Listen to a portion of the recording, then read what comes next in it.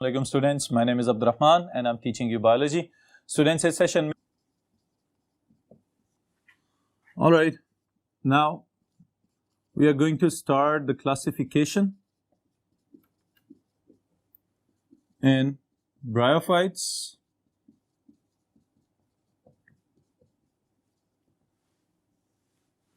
Alright, अब देखें students, इसी चैप्टर के आगाज में हमने ये बात की थी कि all of the species of the plants cannot be studied at once. अगर हम चाहें कि हम 3,60,000 के करीब स्पीशीज जो डिस्कवर हो चुकी हुई हैं या इससे कुछ ज्यादा, उन सबको एक ही वक्त में स्टडी करना शुरू कर दें तो ऐसा पॉसिबल नहीं है. ऑलराइट, इसके लिए अगर हम फर्दर बड़े एक किंगडम को छोटे छोटे ग्रुप्स में डिवाइड कर चुके हुए हैं, तो इसी तरह ब्रायोफाइट्स को भी फर्दर छोटे ग्रुप्स में शामिल है हेपेरिकॉप्सिडा,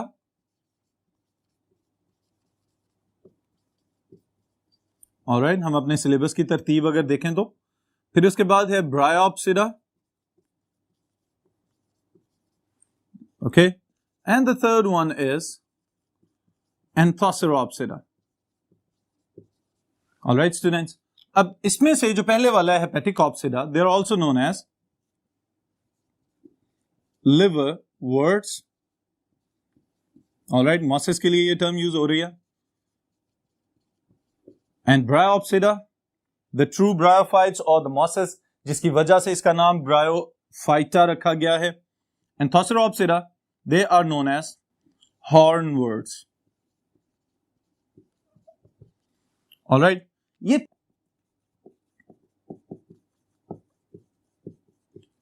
अब जब भी स्टूडेंट्स इनका हम आगाज करें तो आपको पता होना चाहिए कि these are bryophytes, so where do they can be found. इनको हम अगर तलाश करना चाहें तो इनको कैसी जगह पे तलाश किया जाएगा, उसके लिए हमें इनके हैबिटेट का पता होना चाहिए. और हैबिटेट मोस्टली जितने भी ब्रायोफाइट्स हैं इनका सेम होता है, मॉइस्ट,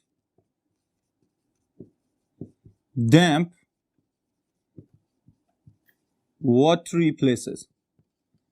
ऑलराइट, और इसके साथ ही साथ एक और चीज मैं मेंशन कर रहा हूं, mostly live near water, so the chances of drying out are reduced. Alright, नमी वाली जगहों पे पाए जाते हैं, शेडी प्लेसेस पे पाए जाते हैं, और ऐसी जगहें जहां पे पानी की फरावानी होगी वहां पे हेपेटिकॉप्सिड्स हमें ज्यादातर नजर आएंगे. ऑलराइट, यहां पे एक मल्टीपल चॉइस क्वेश्चन स्टेटमेंट है आपके लिए, and this is what, there are 900 species of bryophytes that are included in Hepaticopsida that have been discovered so far. Alright, अब ये 900 स्पीशीज हैं, इनके कुछ जनरल फीचर्स हैं जिनमें से एक दो एग्जाम्पलरी ऑर्गेनिजम्स हम अभी लेंगे और उनके फीचर्स के साथ ही इसको डिस्कस करेंगे. ऑलराइट, इस लिहाज से अगर हम इसके स्ट्रक्चर की जानिब चलें तो हमें पता होना चाहिए कि इनकी प्लांट बॉडी जो है वो ट्रू प्लांट्स यानी कि हायर प्लांट्स या वेस्कुलर प्लांट्स से मुख्तलिफ होनी चाहिए. ऑलराइट, और किस लिहाज से मुख्तलिफ है स्टूडेंट्स, इसके लिए हम एक मखसूस टर्म यूज करते हैं और वो क्या है, yes, that is thallus. Okay, now who can define thallus. Thallus को अगर हम एक स्टेटमेंट के अंदर लेके आना चाहें तो उसको किस तरह से डिफाइन कर सकते हैं. For the bryophytes, the plant body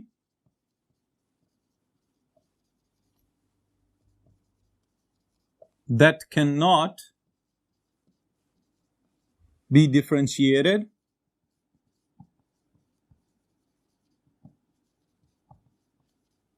into true roots, stem and leaves. और इसके साथ एक और चीज शामिल कर लेते हैं, it does not possess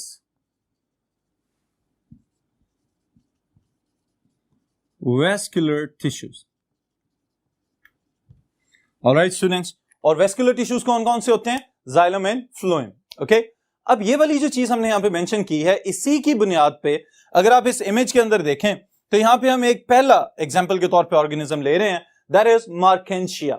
okay, अब मार्केंशिया के अंदर स्टूडेंट्स हमें नजर आता है कि ये एक लीफी थैलस है, पत्ते की तरह का है, लेकिन यहां पे आपका शॉर्ट क्वेश्चन बनेगा और वो शॉर्ट क्वेश्चन क्या है, differentiate between the thallus of Marchantia and Porella. Okay, तो यही शॉर्ट क्वेश्चन आप याद रखेंगे, अहम शॉर्ट क्वेश्चन है बोर्ड के पॉइंट ऑफ व्यू से, तो मैं यहां पे मेंशन भी कर रहा हूं।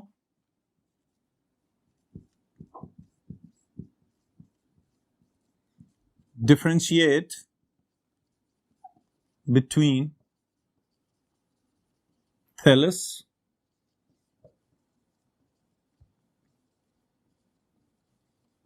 of Markensia and Porella. Alright, अब इसमें स्टूडेंट्स याद रखिएगा, थैलस तो है इनकी प्लांट बॉडी, ओके, लेकिन अगर आपको याद हो तो हमने ये देखा हुआ है कि जो इंडिपेंडेंट पार्ट होता है लाइफ साइकिल का, that is always a gametophyte. तो हम इसको इस बुनियाद पे भी डिफरेंशिएट कर सकते हैं कि actually the thallus is gametophyte, और इस गेमेटोफाइट की बुनियाद पे, यानी इसके स्ट्रक्चर की बुनियाद पे अगर हम मार्केंशिया को देखें तो हम कहेंगे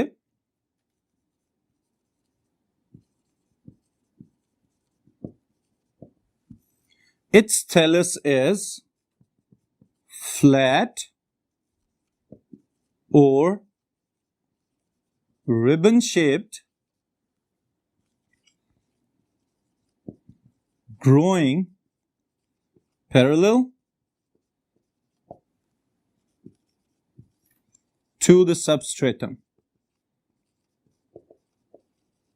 Alright students, अब इसका मतलब क्या है कि मार्केंशिया की जो प्लांट बॉडी है वो गेमेटोफाइट पे मुश्तमिल है, और जो गेमेटोफाइट इटसेल्फ है वो या तो फ्लैट होगा या रिबन शेप्ड पट्टियों की सूरत में आपको नजर आ सकता है। लेकिन अहम चीज ये है कि इसके अंदर जब इसके टिश्यूज को हम देखते हैं तो यहां पे हमें ये नजर आता है कि the plant body is gametophyte and the gametophyte body itself it can be differentiated into two halves, एक ऊपर वाला आधा हिस्सा और एक नीचे वाला आधा हिस्सा। ऊपर वाली जो लेयर है दैट इज फोटोसिंथेटिक, वो ग्रीन कलर की आपको नजर आएगी, and the lower part that is non photosynthetic, वहां पे जो खुराक बनाई जा रही है फोटोसिंथेसिस के नतीजे में उसको स्टोर किया जाएगा। ऑलराइट, और इस सारे प्रोसेस में जो एंकरेज है और जो वाटर की सप्लाई है वो कौन प्रोवाइड करेगा? So they also have rhizoids. Alright, rhizoids are present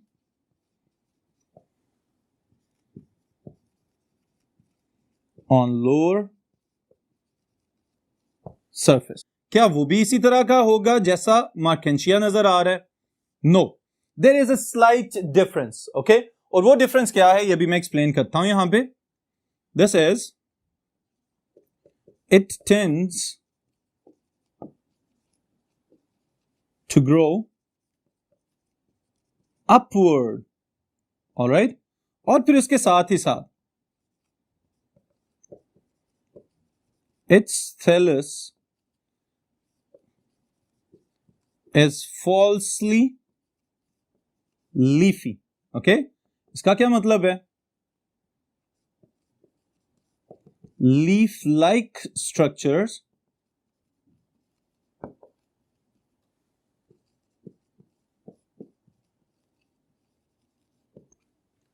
अब पुरेला के लिहाज से अगर हम बात कर रहे हैं तो अगर आप इस इमेज के अंदर देखें तो हमें पता चलता है कि ये बिल्कुल सिंपल सा एक प्लांट लाइक स्ट्रक्चर है। ओके, इवन के फोटोसिंथेटिक है, ग्रीन कलर का नजर आ रहा है, लेकिन उसके साथ ही साथ जो अहम बात है वो ये है कि मार्केंशिया का जो थैलस था वो एक ही बड़े पत्ते की तरह का नजर आ रहा था, लेकिन इस केस में, पुरेला के केस में हमें क्या नजर आता है कि बिल्कुल ऐसे कि जैसे बड़े पौधे हमारे इर्द गिर्द मौजूद होते हैं कि एक उनका दरमियान में स्टेम मौजूद होता है और उसके बाद उसके ऊपर लीव्स मौजूद होते हैं, लेकिन इस स्ट्रक्चर में ऐसा नहीं है, बल्कि यहां पे क्या है कि देखने में तो ऐसा ही लग रहा है कि जैसे हमारे इर्द गिर्द आम प्लांट्स मौजूद हैं, लेकिन इसके लिए हमने ये टर्म मेंशन किया स्पेसिफिकली, लीफ लाइक स्ट्रक्चर्स और फॉल्सली लीफी थैलस। ओके, इसका मतलब क्या है कि ये पत्ते देखने में तो हायर प्लांट्स के पत्तों की तरह के हैं, लेकिन ना तो इनके अंदर कोई वैस्कुलर टिश्यूज मौजूद हैं, ना इनके अंदर कोई लीफ स्टाक्स वगैरह मौजूद हैं, और ना ही इनके अंदर कोई specialised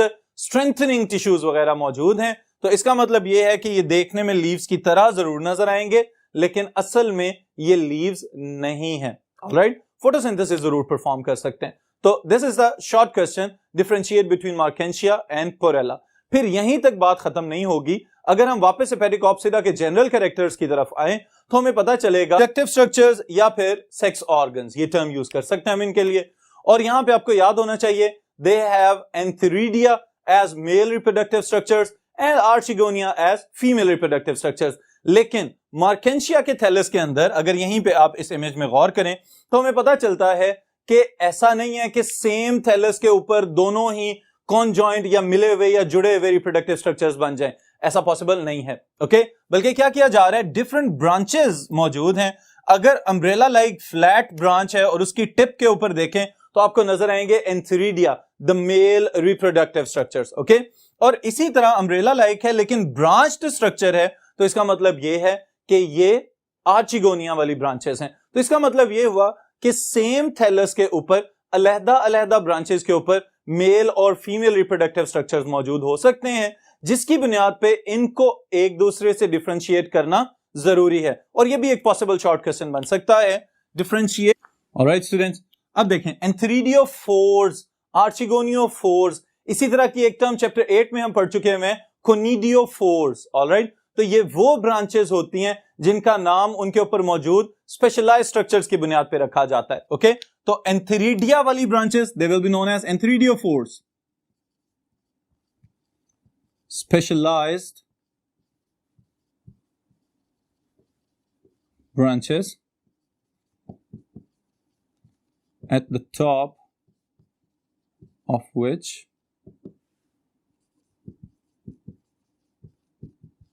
antheridia are present.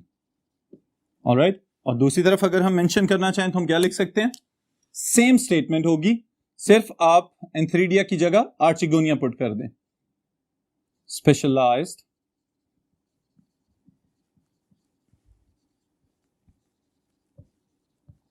Branches at the top के नीचे मेन गेमेटोफाइट थैलस मौजूद है और उसके ऊपर दो डिफरेंट टाइप्स की आपको ब्रांचेस नजर आ रही हैं, और इन ब्रांचेस के ऊपर जो एट द टॉप स्ट्रक्चर्स नजर आएंगे वहां से हम डिफरेंशिएट कर सकते हैं कि एंथेरिडियोफोर्स कौन से हैं और आर्चिगोनियोफोर्स कौन कौन से हैं। अब यहां पे मैं आपसे एक सवाल पूछना चाहूंगा कि अगर हम ये गेस करना चाहें कि जो स्पोरोफाइट जनरेशन है या जो कैप्सूल वाला पार्ट है वो एंथेरिडियोफोर्स के ऊपर नजर आएगा या आर्चिगोनियोफोर्स के ऊपर नजर आएगा, तो इस चीज के लिए आपके पास 5 सेकंड्स है, इसको सोच लें। अब आप अगर जवाब सोच के बैठे हुए तो स्टूडेंट्स सुन लें कि हमने ये बात याद रखनी है कि the sporophyte generation is retained by the female reproductive parts. तो जो स्पोरोफाइट जनरेशन है उसका डायरेक्ट कनेक्शन हेपेटिकॉप्सिड्स के अंदर भी हमें नजर आएगा, तो आर्चिगोनिया के साथ नजर आएगा। इसका मतलब यह है कि आर्चिगोनिया के साथ ही स्पोर प्रोड्यूसिंग स्ट्रक्चर यानी कि कैप्सूल डेवलप होना चाहिए। ऑलराइट, फिर यहां पे अगर थैलस के लिहाज से हम बात करें तो एक हम कहते हैं गैमा कप्स के लिए मैं ये बता रहा हूं कि gemma cups are just the reproductive structures. Okay, लेकिन एसेक्सुअल रिप्रोडक्शन में इनका किरदार रहेगा। और गैमा कप्स, ऑलराइट, अब सवाल ये पैदा होता है कि ये जो गैमे इन गैमा कप्स के अंदर बन रहे हैं ये बुनियादी तौर पे है क्या चीज, तो याद रखिएगा ये सिर्फ टिश्यू के छोटे छोटे टुकड़े हैं जिनको हमने यहां पे लिखा है कि डिस्क लाइक स्ट्रक्चर्स हैं। ओके, तो गेमेटोफाइट खुद भी हैप्लॉइड है, तो इसका मतलब ये है कि ये जो वेजिटेटिव स्ट्रक्चर, अब ये स्पर्म्स पानी के जरिए तैर के आर्चिगोनिया के पास जाएंगे और आर्चिगोनिया में मौजूद जो एक एग है सिंगल ओवम उसके साथ फ्यूज करेंगे, फर्टिलाइजेशन होगी। तो यहां से हमें ये याद रखने में आसानी होगी कि आर्चिगोनिया के अंदर ही एम्ब्रियो की डेवलपमेंट और वो एम्ब्रियो फर्दर कन्वर्ट होगा इनटू डिप्लॉयड स्पोरोफाइट जनरेशन, और ये स्पोरोफाइट जनरेशन फिर फर्दर मियोसिस करेगी और इसके अंदर स्पोर्स बनेंगे, और स्पोर्स जैसे ही कैप्सूल में से निकल के गिरेंगे फिर वहां से अगली गेमेटोफाइट हैप्लॉइड जनरेशन का आगाज होगा and this life cycle will go on. Alright students, तो ये है जनरल फीचर्स ऑफ द हेपेटिकॉप्सिडा। और फिर इसके बाद